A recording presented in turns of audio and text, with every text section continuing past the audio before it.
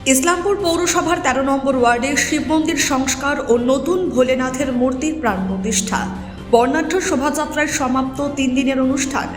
ইসলামপুর পৌরসভার ১৩ নম্বর ওয়ার্ডের রেলগেট সংলগ্ন এলাকায় দীর্ঘদিন ধরে অবস্থিত প্রাচীন শিব মন্দিরের সংস্কারের কাজ সম্পূর্ণ হওয়ার পর বুধবার নতুন পাথরের শিবের মূর্তি উদ্বোধন ও প্রাণ প্রতিষ্ঠা করা হলো। ৩ দিন ব্যাপী এই ধর্মীয় অনুষ্ঠানে বুধবার ছিল অন্তিম তথা শেষ দিন। এই উপলক্ষে এলাকায় এক বর্ণাঢ্য শোভাযাত্রার আয়োজন করা হয়। শোভাযাত্রায় ১৩ নম্বর ওয়ার্ডের বহু মহিলা সহ স্থানীয় ভক্তরা অংশগ্রহণ করেন। ঢাক, কাসর ও ধর্মীয় সঙ্গীতের মধ্যে দিয়ে শোভাযাত্রাটি গোটা এলাকা পরিক্রমা করে মন্দির প্রাঙ্গণে এসে শেষ হয়। উল্লেখ্য, দীর্ঘদিন ধরেই শিব মন্দিরটি ভগ্ন দশায় ছিল। স্থানীয় বাসিন্দা চন্দন সাহার উদ্যোগে এবং ওয়ার্ড কাউন্সিলর ও মন্দির কমিটির সহযোগিতায় সম্প্রতি মন্দিরটি সংস্কার করা হয়। এর পাশাপাশি নতুন পাথরের ভোলেনাথের মূর্তি স্থাপন করা হয়। বুধবার বৈদিক নিয়ম মেনে সেই মূর্তির প্রাণ প্রতিষ্ঠা সম্পন্ন হয়। এলাকাবাসীদের মধ্যে এই অনুষ্ঠানকে ঘিরে ব্যাপক উৎসাহ ও উদ্দীপনা লক্ষ্য করা যায়। স্থানীয়দের আশা, নতুন রূপে সজ্জিত এই শিব মন্দির আগামী দিনে ধর্মীয় ও সামাজিক কর্মকাণ্ডের কেন্দ্রবিন্দু হয়ে উঠবে। আমাদের ১৩ নম্বর ওয়ার্ডের রেলগেট নামক জায়গাতে একটা শিব মন্দির ছিলেন।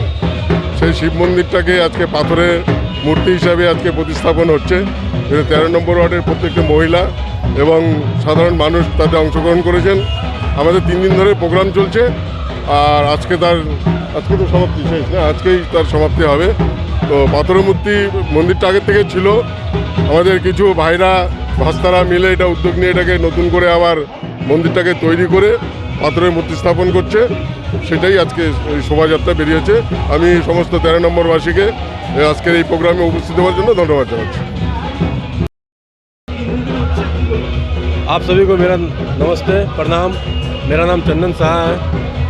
हमारे रेलगेट में पहले से बाबा भोलेनाथ का मंदिर टूटा हुआ था, तो उसी को फिर से बनाने का हम लोग प्रोग्राम किए हैं और मंदिर बन भी चुका है। और आज मूर्ति का प्राण प्रतिष्ठा है, जिसमें मूर्ति का आज स्थापना किया जाएगा बाबा भोलेनाथ का। क्या कहना चाहेंगे? हम तो इतना ही कहना चाहेंगे कि हमारे 13 नंबर के जितना सारे नागरिक हैं, सभी को आनंद से रहे और शाम में आके खिचड़ी खाएं और प्रसाद। आपका मन में अचानक कैसे विचार आया कि मंदिर बनाना है? आज 4 साल से 5 साल पहले मंदिर वहाँ पे टूटा हुआ था। बरगद का गाछ गिर गया था, जिसके कारण से मंदिर टूट चुका था।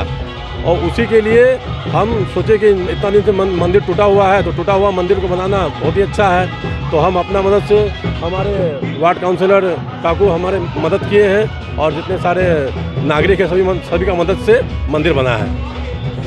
और हम ইসলামপুর থেকে দেবব্রত চক্রবর্তীর রিপোর্ট, কুলিক নিউজ।